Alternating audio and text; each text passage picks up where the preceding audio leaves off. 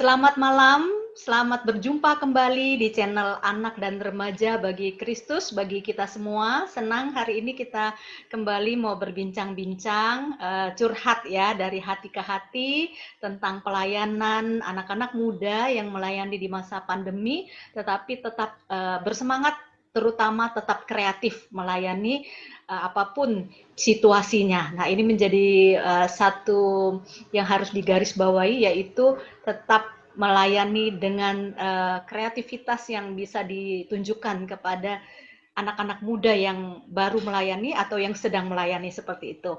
Nah, malam hari ini bersyukur sekali kita bertemu dengan tamu-tamu istimewa kita dari beberapa kota, bisa dikatakan seperti itu ya. Ada yang di atas nih, kalau di dalam layar saya, yang Rio Susanto. Rio Susanto sedang melayani di remaja, komisi remaja, dan juga di sekolah minggu remaja. Jadi ada komisi remaja, tapi juga sekolah minggu remaja persekutuan dan sekolah minggunya di Jambi. Dan yang kedua ada Antonius yang melayani juga Shalom. di Jambi. Shalom. Ya, Ya, melayani shalom. di pemuda ya. Ya, betul. Oke, di pemuda. Nah, kalau Rio salah satu alumni yang ada di Jakarta ya, di SEA, sedangkan Anton juga adalah alumni Saat Malang. Nah, yang unik di sini ada seorang gadis yang kelihatannya masih muda ya, tetapi luar biasa karena dia melayani di masa-masa yang tidak mudah, tapi keluar ide-ide kreatifnya, yaitu Oki. Selamat datang. Datang ya, kita akan berbincang-bincang juga dengan Oki bagaimana dia melayani bisa anak, bisa remaja juga, karena nanti kita akan dengar nih pelayanan apa yang dilakukan di masa pandemi ini, kreativitas apa yang dilakukan, seperti itu. Tanpa berpanjang lebar, kita mau langsung ngobrol-ngobrol ya dengan ketiga anak muda ini yang pasti Tuhan pimpin pelayanan mereka dengan memberikan ide-ide dan juga kreativitas yang luar biasa. Kita akan mulai saja dengan Rio Susanto ya. Selamat datang Rio. Tahu. Ya, ini kita akan tanya nih pertanyaan kepada tiga rekan kita ini. Mudah nggak sih melayani di masa pandemi ini? Kalau dengan satu kata, mudah atau tidak sih? Kalau kalau Rio? Ya, tentu tidak ya kalau melayani di tengah-tengah masa yang tidak ada kepastian seperti ini ya. Tentu tidak mudah, dan tahu. Iya betul ya. Kalau boleh milih jangan pandemi. Begitu ya Ogi ya. Kalau Anton Betul sekali. susah atau maksudnya malah tantangan sih? Iya, jadi ini jelas satu tantangan yang seharusnya juga bisa bikin kita lebih semangat ya. Iya, ya. Jadi melihatnya Iya. ternyata ketiga rekan kita ini dari sisi yang walaupun tidak mudah tapi tetap bersemangat dan positif seperti itu ya. Boleh cerita sedikit, kita mulai dulu ya. Kira-kira apa sih yang sedang dilakukan pelayanan, tadi ada yang di remaja, di pemuda, di anak gitu ya. Anak remaja, pemuda. Nah, kira-kira apa yang sedang dikerjakan? Kenapa tiba-tiba Rio terpikir untuk melakukan sebuah pelayanan, yaitu beberapa kali di YouTube channelnya Rio Susanto itu ada banyak yang dikerjakan seperti khotbah, renungan ya, dan juga bahkan nyanyi. Seperti itu. Lalu Antonius juga IG Live itu kayaknya waktu itu rutin sekali ya, IG Live mengundang banyak para hamba Tuhan dengan topik-topik yang menarik pada waktu itu. Lalu Oki juga melakukan pelayanan, tiba-tiba tuh bikin sebuah komunitas untuk rumah baca, dan juga kepikir untuk mengedukasi lewat buku-buku kepada anak-anak di daerah ya. Nanti diceritakan sedikit seperti itu. Siapa yang mau mulai duluan boleh, sekarang nggak pakai lady first juga boleh ya. Kita mulai dari yang ini ya, calon bapak deh. Silakan Antonius. Oh ya, oke. Makasih contoh Lili ya. Ya, sebenarnya ya ini sangat berkaitan dengan masa pandemi ya. Kalau kita tahu kan masa pandemi ini seperti membuka satu pintu selebar-lebarnya bagi kita untuk dapat melayani di dunia digital ya. Jadi sebenarnya sih kalau yang saya kerjakan selama ini ya beragam ya, beragam karena platform digital kan beragam juga. Nah maka kita perlu melihat kan di platform digital itulah anak-anak muda itu ada di sana, mereka eksis di sana, mereka memakai platform digital itu sehingga ya di masa pandemi ini justru makin naik gitu ya tingkat penggunaan gadget ya, penggunaan internet ataupun juga memakai berbagai platform yang sebenarnya kita bisa tangkap itu sebagai sebuah kesempatan gitu. Nah, dalam hal ini sebenarnya bukan hanya di Instagram ya, karena kan ada berbagai macam ya, misalkan ada YouTube juga ya, ada Spotify juga yang hanya versi audio. Nah, itu sebenarnya pasar-pasarnya berbeda-beda ya. Anak dengan usia misalkan belasan tahun, mereka lebih suka platform digital apa. Beda dengan anak yang usia 20-an tahun gitu kan ya, yang milenial, itu juga berbeda. Nah, maka ya karena mereka ada di platform itu dan mereka menggunakan itu, maka ya kita bisa pakai nih ya masa-masa seperti ini sebagai sebuah kesempatan yang dahulu mungkin kita nggak akan mungkin bisa menjangkau orang-orang di luar ya, misalkan saya di Jambi nih, ya saya nggak mungkin bisa berdampak bagi orang yang ada di Pulau Sulawesi ya. Nah, tapi dengan adanya masa seperti ini dan kecanggihan teknologi yang sekarang ada, yaitu jadi terbuka sangat lebar gitu. Begitu sih ini. Jadi kalau bisa disimpulkan begini ya Tan, jadi bukan mengikuti arus zaman maksudnya yang negatif, tetapi mengikuti perkembangan zaman di mana anak-anak muda itu ada seperti itu dan mereka sedang menggemari apa seperti itu ya. Ini luar biasa ya. Kita dengarkan dari Rio apa yang dilakukan nih. Ya, memang benar ya tadi seperti kata contoh Anton bahwa masa pandemi ini membuat pelayanan tidak lagi terbatas pada tembok gereja, tetapi pelayanan kita bisa dinikmati oleh banyak orang dimanapun mereka berada seperti itu. Nah, dalam masa-masa pandemi ini saya berpikir begitu, bagaimana saya bisa melayani dengan lebih efektif, apalagi mengingat pada masa awal pandemi gereja sempat sementara dihentikan kegiatannya dan harus beralih online. Dan pada masa itu tentu banyak orang yang masih belum biasa dengan online ya, belum biasa dengan media digital. Nah, saya memikirkan bagaimana saya bisa menjangkau banyak orang, terutama remaja-remaja yang saya layani gitu ya. Jadi awalnya saya berusaha untuk membuat awalnya itu pelayanan saya di remaja di sini saya berusaha membuat Instagram Live. Nah, jadi kami persekutuan menggunakan metode Instagram Live. Nah, tapi melihat perkembangan itu kelihatannya agak kurang banyak memang yang masuk pada waktu itu, sehingga kami berusaha cari metode yang lebih baik lagi. Gimana caranya supaya remaja-remaja lebih terjangkau? Dan kami berusaha mengadakan riset gitu ya, remaja-remaja itu senangnya gimana gitu. Dan ternyata mereka lebih suka kegiatan-kegiatan online yang lebih interaktif. Karena itu kami berusaha buat dengan menggunakan media Zoom, tetapi ada interaksi-interaksi tertentu. Misalnya seperti kami bisa ada malam main game meskipun main game tapi ada firman, game yang sesuai firman juga. Dan di dalam permainan itu kami sama-sama bisa interaksi dengan remaja-remaja seperti itu. Lalu dalam pelayanan kami juga di sekolah minggu remaja, kami juga sekarang bersyukur untuk perkembangan teknologi seperti kata contoh Lili tadi bahwa sudah ada fasilitas Zoom di mana sekarang kita bertemu bisa dengan media virtual seperti ini dan kami membuat kelas-kelas dengan breakout room sekarang. Dan bersyukur tadinya remaja itu dari 20 Instagram Live biasanya paling banyak itu 20, 25. Tetapi sekarang sejak kami pakai media Zoom mulai naik 40, 50, 60, 70. Terakhir angka bulan ini yang paling tertinggi 90 yang ikut remaja kami. Ya bersyukur Tuhan sudah menolong sampai ada perkembangan yang baik, kami bisa menjangkau mereka. Bahkan yang membuat saya cukup kagum adalah bukan hanya remaja di Jambi yang ikut, ada remaja dari luar kota dan dari gereja lain yang bergabung dengan persekutuan kami di hari Jumat malam gitu. Nah, lalu kemudian saya mengerjakan kegiatan lain selain dalam pelayanan reguler, saya juga tadi Contoh Lili beritahukan, saya sempat membuat Instagram Live awal-awalnya sebenarnya lebih ke bagaimana menjangkau kaum muda dan bagaimana orang-orang dewasa memuridkan mereka. Karena saya punya dua passion dalam pelayanan saya. Yang pertama itu pemuridan, yang kedua teologi ya. Lalu kemudian dalam Instagram Live itu saya banyak membuat tentang pemuridan, ngobrol-ngobrol dengan sesama hamba Tuhan bagaimana memuridkan kaum muda. Nah, yang kedua itu di media YouTube. Media YouTube saya itu lebih banyak sifatnya pengajaran ya, pengajaran teologi, dan itu menjangkau lebih secara umum. Itu sih yang saya kerjakan contoh. Ya, ini luar biasa ya.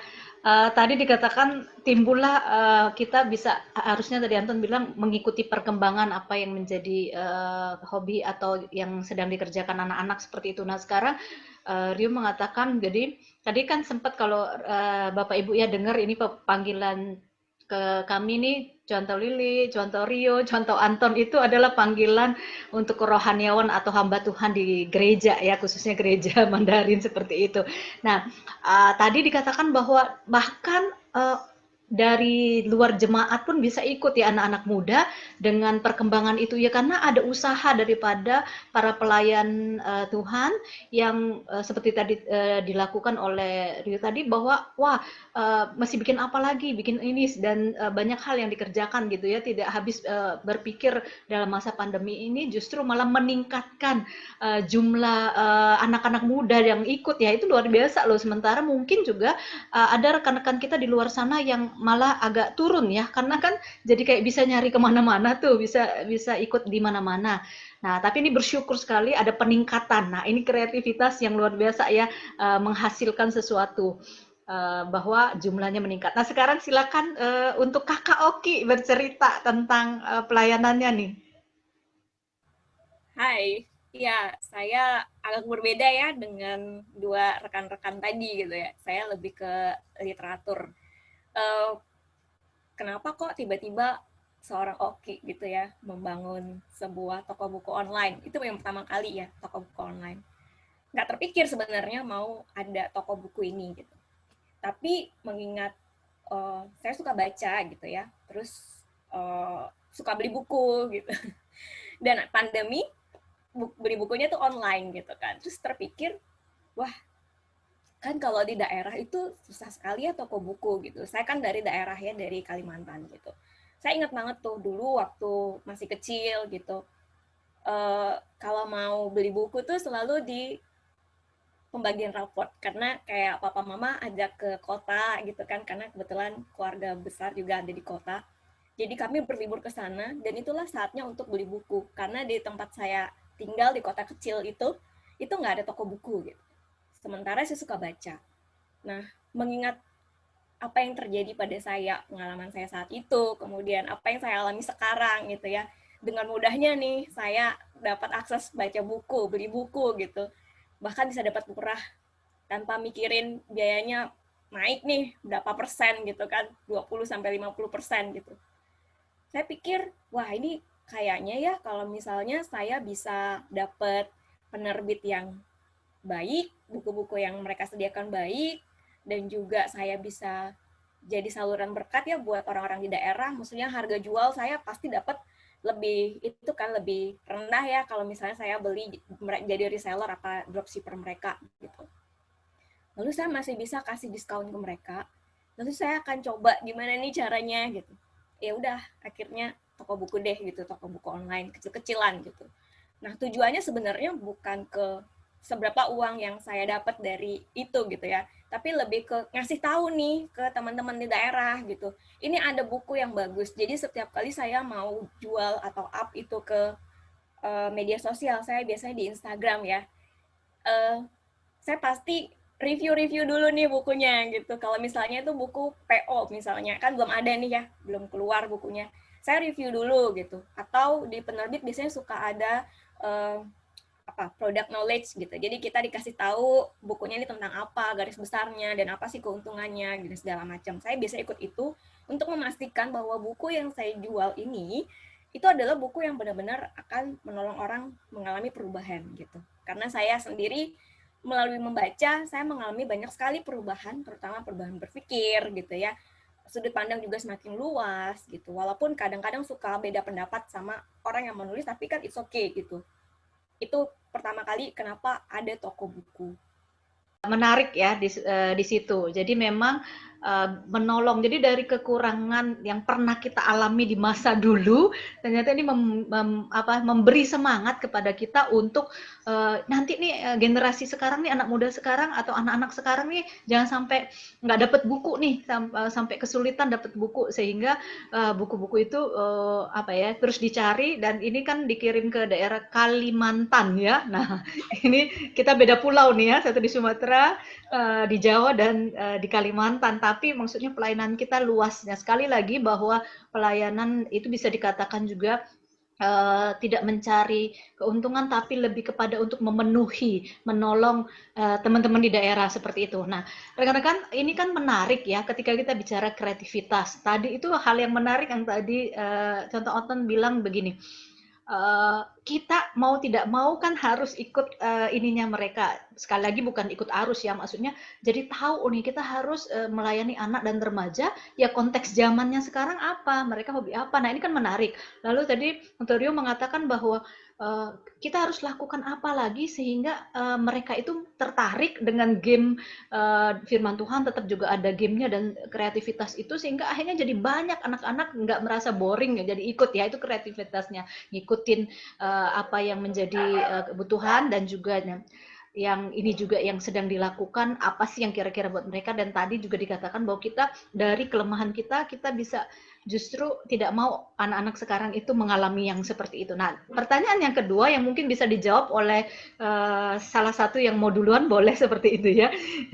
Kira-kira dengan hal yang disebutkan tadi itu, apa sih yang paling sulit pada waktu yang misalnya tadi dikatakan untuk mengenal mereka, zaman mereka lagi suka apa, terus tiba-tiba kan kita dulu nggak tahu mungkin ya, IG live itu apa, tadi Spotify ya kayak tadi sebut gitu ya, terus ada lagi YouTube dan sebagainya. Ini juga saya kayak YouTube juga baru ya, baru sekitar masuk bulan kedua, itu juga belajarnya dari anak-anak muda, mahasiswa yang dulu saya ajar, mereka ajak di IG Live dan YouTube, terus baru oh iya idenya begini. Nah, kira-kira kesulitannya apa? Memperbanyak tadi yang tadi Rio bilang kan, banyakin mereka itu akhirnya ada kesulitan nggak di situ? Terus waktu buku itu tanggapannya apa, Kak Oki ya? Mereka pertama kalinya, dan tadi itu ngikutin zaman ini nih, ngikutin pengetahuan tentang mereka itu bagaimana sih caranya? Silakan, siapa yang mau duluan? Ya, mungkin saya duluan ya. Ya. Jadi mungkin tantangan pertama kali memulai pelayanan digital bagi remaja-remaja itu adalah bagaimana memulainya. Jadi saya ingat sekali bagaimana pertama kali saya mulai IG Live. Jadi waktu itu saya ingat peristiwanya adalah gereja dihentikan sementara sudah kurang lebih 3 minggu. Nah, waktu itu saya mikir, nggak mungkin selama waktu 3 minggu ini saya nggak ngapa-ngapain selain memang selama ini selain menjangkau mereka lewat WA ya, tapi kan jumlah mereka cukup banyak. Saya menggerakkan pengurus-pengurus, ayo jangkau teman-teman remajanya, tetap keep in touch sama mereka meskipun lewat WA. Nah, saya ingat sekali waktu itu peristiwanya adalah saya lagi masak waktu itu kalau nggak salah, di siang hari. Terus itu hari Jumat, tuh saya mikir apa yang bisa saya lakukan untuk mereka, apa yang bisa saya buat supaya mereka tetap kerohaniannya ada dorongan gitu ya, mereka tetap bisa bertumbuh meskipun masanya sulit. Dan saya ingat sekali waktu itu Tuhan kasih ide, kan kamu punya Instagram remaja, followersnya lumayan, ada sekitar 250 waktu itu, coba buat IG Live di sana. Dan setelah waktu itu buru-buru saya langsung selesaikan semua kegiatan urusan saya, langsung saya persiapkan khotbah, saya kasih tahu pengurus, malam ini kita ada Instagram Live, saya akan pimpin semuanya gitu. Jadi ya bagaimana memulai. Jadi kadang-kadang pelayanan pemuda remaja jadi sulit karena kita nggak tahu dari mana harus mulai. Benar. Tapi sebenarnya mulai aja dulu dengan langkah sederhana gitu. Nanti lihat Tuhan pimpin bagaimana.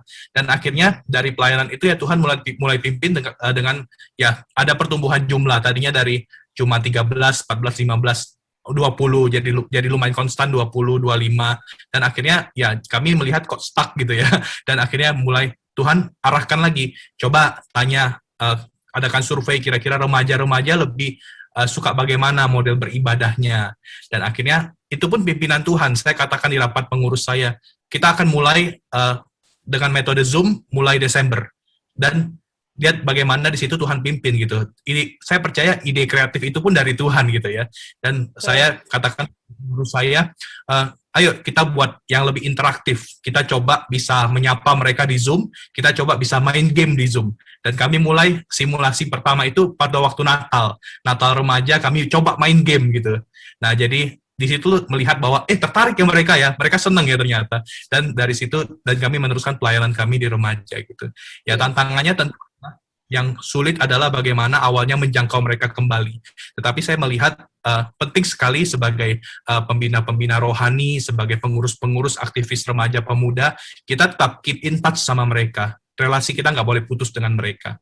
Itu sih yang saya alami, Kak. Ya, tadi dikatakan yang pertama adalah jangan menyerah untuk terus berpikir, mau memulai, dan juga tentunya tim ya, tim itu sangat dibutuhkan sekali ya untuk bersama-sama memulai kreativitas itu. Kreativitas dari Tuhan dan kita bersama-sama. Silakan yang mau cerita nih. Ya mungkin kalau dari saya ya, contoh tadi bagus sih ya apa yang dikatakan oleh Contoh Rio, bagaimana memulainya kan ya. Itu sangat penting juga. Tetapi selain itu saya mungkin menambahkan adalah bagaimana kita bisa konsisten ya setelah itu. Nah, itu yang juga menjadi sebuah tantangan ya di dalam pelayanan digital, terutama dinamika di dalam dunia digital itu sendiri sangat cepat ya.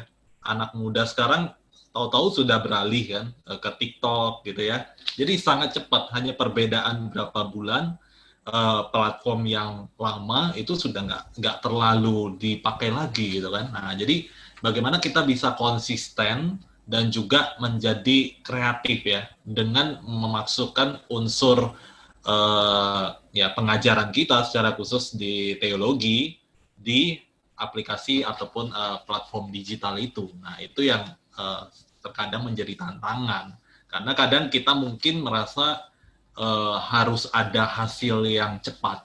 Nah, kadang-kadang itu belum tentu tercapai dan kalau kita mudah menyerah ya kita berhenti gitu kan ya. Tapi justru kita tidak perlu harus selalu melihat kepada hasil itu, tetapi bagaimana kita bisa konsisten di dalamnya, menjadi berkat bagi orang-orang yang mungkin tidak sekarang mereka lihat ya.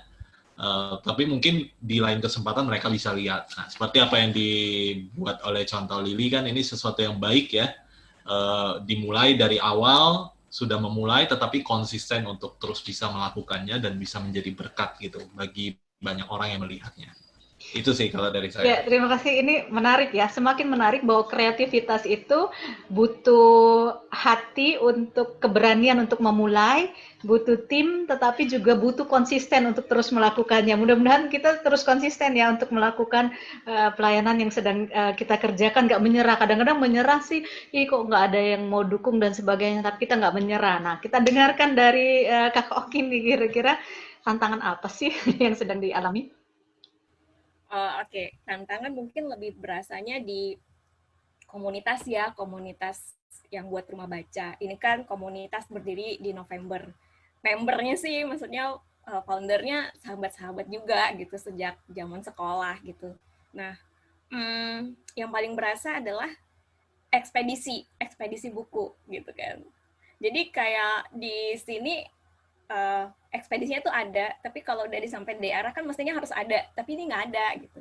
Jadi kita harus benar-benar cari donasi gitu ya, janji iman buat terus menyalurkan buku-buku yang sudah ada banyak ya, ada banyak sekali teman-teman baik yang sudah menolong kami untuk menyediakan banyak buku, tapi pelan-pelan kami salurkan karena itu tadi ekspedisi yang pertama, yang kedua pendanaan itu sih. Dan yang ketiga adalah kami bertiga itu beda tempat gitu. Jadi koordinasinya dengan teman yang berkolaborasi di daerah itu agak sulit gitu ya. Nah itu permasalahan yang dihadapi sih. Tapi kami sepakat gitu ya sama Rio dan Anton bahwa berani mulai dulu aja dan konsisten. Satu lagi komit gitu. Komit bahwa Tuhan yang akan pimpin ini gitu. Betul sekali, saya setuju dengan tiga-tiganya karena kita beda generasi ya. Ini bisa dikatakan ini semuanya dulu juga mantan murid lah. Maksudnya bersama-sama dulu yang dilayani seperti itu. Tapi ini kayak rasa, udah tua nih. Tapi kayak sama anak-anak kayak anak muda itu dijorokin, bukan jorokin sih. Ayo, ayo gitu ya. Jadi ini sama-sama kita ya. Seperti tadi Kak Oki bilang bahwa bukan cuman menjual dengan harga supaya mereka dipenuhi, tapi juga ada menyediakan rumah baca ya yang di mana donatur menyediakan buku-buku. Memang ke daerah susah sih ngirimnya ya. Pernah juga saya ngirim buku untuk daerah NTB. Wah, itu sampai sebulan baru sampai untuk mereka yang rindu untuk bersaat teduh di situ ya. Nah, terakhir adalah sebenarnya nih perbincangan kita menarik ya, tapi tidak terasa bahwa kita sudah masuk di kira-kira apa sih, tadi kan sudah cerita bahwa dalam kreativitas melayani itu dibutuhkan waktu dan keinginan, dan juga mau mencoba, tidak menyerah, lalu konsisten terus lakukan itu, nggak putus asa, terus lakukan pemikiran-pemikiran bersama rekan-rekan yang lain ya, ajak orang untuk berpikir bersama-sama, dan juga kesulitan-kesulitan itu dihadapin deh gitu ya. Nah terakhir kira-kira dengan situasi seperti ini kan masih banyak para pelayan anak dan remaja ya, bukan cuma di kota tapi di daerah. Nah yang di daerah ini kan juga mengalami kesulitan. Mereka mungkin kesulitan dengan Zoom, kesulitan dengan yang kayak teknologi Google Meet dan yang canggih-canggih seperti kita lah gitu ya. Nah bagaimana kita memberikan support kepada mereka. Nah kalau yang bagi yang di kota itu kan gampang ya dengan teknologi itu. Terus bisa beri motivasi kepada para pelayan anak dan remaja yang sedang berpikir, mau melakukan apa nih bagi Tuhan, kok pelayanan saya kok stuck ya, terus saya nggak bisa berpikir, Tuhan kenapa pandemi kelamaan, kok Tuhan nggak jawab doa-doa kami dan sebagainya. Kira-kira bagaimana memberi motivasi kepada orang-orang yang melayani anak dan remaja dan anak muda ini? Silakan.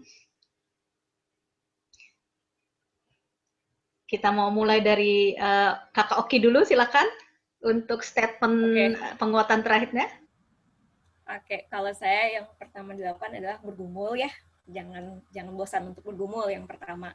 Yang kedua, bicarakan apa yang menjadi panggilan itu kepada banyak orang gitu. Karena kita belum tentu tahu bahwa ternyata orang yang kita ajak bicara itu ternyata punya panggilan yang sama nih dengan kita. Barangkali kita bisa sama-sama berpikir. Itu sih kalau dari saya. Ya, terima kasih, sangat inspiratif itu. Silakan dari Anton dulu, contoh Anton. Ya, kalau dari saya sih untuk sebagai penyemangat kita ya, bahwa ya tidak ada kata tidak bisa ya. Sebenarnya sekalipun kita mungkin mengalami banyak keterbatasan ya di tempat yang sangat terbatas, tetapi ada banyak yang bisa kita lakukan. Ya, ada banyak yang bisa kita lakukan. Tidak harus mungkin kalau kita terbatas tidak bisa memakai beberapa platform digital, kita bisa bergerak di tulisan, ya kan?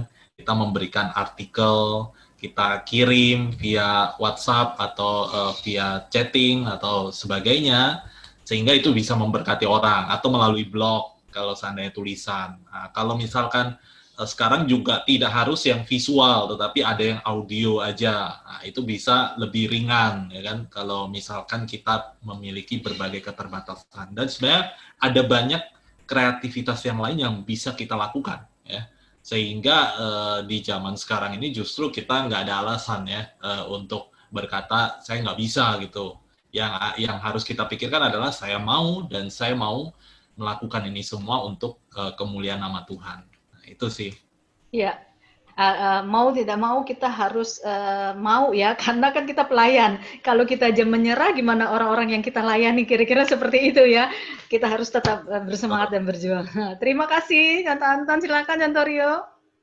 Ya, kalau saya sih adalah penguatannya adalah mari kita mulai dengan hal-hal sederhana.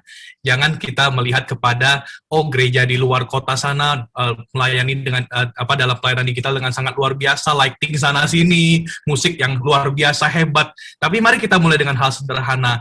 Adalah kita bisa memikirkan bagaimana menjangkau mereka lewat hal-hal sederhana. Mungkin sekarang ada pembatasan jarak, social distancing masih berlaku mungkin ya. Ya kita bisa coba, mari kita coba WhatsApp call, sekarang WhatsApp sudah bisa 8 orang kok gitu. Dan kita juga bisa melakukan hal-hal sederhana seperti itu saya rasa. Dan yang kedua adalah tetap jaga relasi dengan orang-orang yang kita layani, karena itu sangat penting sekali menurut saya, supaya tetap kita bisa mendorong mereka bertumbuh, mendorong mereka baca firman, mendorong mereka tetap beribadah kepada Tuhan. Itu sih contoh.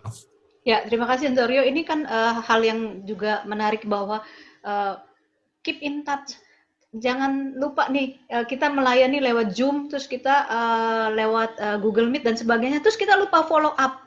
Kayak tadi kan contoh bilang, sebenarnya bisa semua, bahkan nulis aja bisa, kok kirim surat buat mereka, kirim WA buat mereka, ya tanya kepada mereka, dan ternyata follow up juga sangat penting. Itu merupakan satu bagian dari kreativitas ya, di dalam kita melayani. Bahwa yang memiliki pelayanan kita adalah Tuhan, dan Tuhan akan memberi kekuatan kepada kita. Dia memberi begitu banyak kreativitas. Jadi dia mengatakan bahwa kreativitas berasal dari Tuhan ya. Tuhan beri kepada kita supaya kita bisa melayani mereka. Oleh sebab itu Tuhan juga yang akan menguatkan kita. Bagi para pelayan anak dan remaja dan anak muda, jangan menyerah. Seperti para rekan-rekan kita di sini sangat inspiratif sekali, memberi kita pengalaman-pengalaman bahwa ada situasi ini, ayo kita bikin ini, ada situasi ini, tidak menyerah dan bersama-sama bergandengan tangan ya. Ada satu kata yang baik sekali di zaman sekarang, di dalam masa pandemi ini, yaitu kolaborasi. Artinya kita berkolaborasi dengan gereja dan juga sekolah, tidak lagi memandang itu. Jadi kayak jadi ingat ya, aku tak pandang kamu dari gereja mana. Ini sudah terbukti. Jangan-jangan pandemi ini cara Tuhan untuk menyatukan kita, untuk saling bergandengan tangan nih. Orang yang dilayani ini butuh kita, daripada kita ribut-ribut yang lain. Yuk kita saling berbagi kreativitas dan sebagainya ya. Waktu contoh Anton ngundang-undang orang itu kan mereka mau seperti sekarang nih. Saya mengundang rekan-rekan anak muda ini mau itu dalam bentuk sebuah pelayanan kolaborasi seperti itu ya. Kita saling membutuhkan satu dengan yang lainnya. Nah, terima kasih, kita sudah di ujung pembicaraan kita. Ini sebenarnya menarik ya. Next kapan-kapan kita mungkin bisa ngobrol lagi dengan situasi yang berbeda. Bagaimana contoh Anton nanti bicara tentang anak ya. Bagaimana kesulitan atau kesukacitanya, dan juga bagaimana Kak Oki nanti akan mengembangkan pelayanan di dalam literatur ya, dunia literatur yang selanjutnya bisa mendongengkan apa yang buku yang dibacakan, atau maksudnya membacakan. Lalu juga semangat buat Santorio yang terus melayani dan juga akan meneruskan studinya ya di tempat yang lain atau di negara yang lain. Terima kasih ya untuk contoh Anton, thank you ya, Tuhan berkati bersama dengan keluarga. Ya, thank you contoh Lili. Salam buat anak muda di Jambi. Terima kasih untuk Santorio, Rio. Tuhan berkati pelayanannya ya, tetap semangat dan juga tetap memberkati. Terima kasih untuk Kakak Oki, thank you. Terima kasih Bu Lili. Iya, ini wajah-wajah muda yang ada di tengah-tengah kita ya. Tetaplah bersemangat untuk melayani, bahwa Tuhan tidak pernah meninggalkan kita. Terima kasih untuk kehadiran contoh Antonio, Santorio, Susanto, dan juga Kakak Oki, di mana mereka dipakai Tuhan untuk dapat melayani di tengah-tengah situasi pandemi, tetapi mereka bisa tetap berkreativitas dan bahkan bisa menjadi berkat bagi orang-orang yang dilayani. Jangan lupa bahwa pelayanan ini adalah milik Tuhan, maka Tuhan yang akan memampukan kita. Tetap bersemangat, kita akan ketemu lagi di pembicaraan berikutnya, obrolan berikutnya di channel Anak dan Remaja Bagi Kristus. Tuhan memberkati kita semua. Sampai ketemu, dah.